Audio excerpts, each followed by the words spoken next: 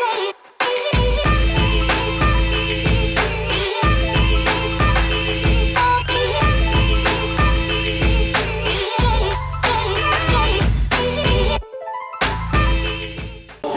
Crawford and Errol Spence Jr.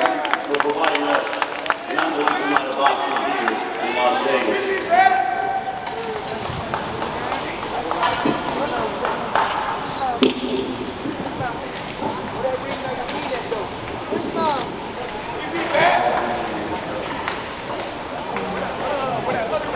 All right, ladies and gentlemen, now I want to bring up, he is the first male boxer to be undisputed champion in 2 divisions for the first time in the 4-belt era. There is an undisputed welterweight champion of the world. This man, 40 wins, no losses. He remains undefeated here tonight.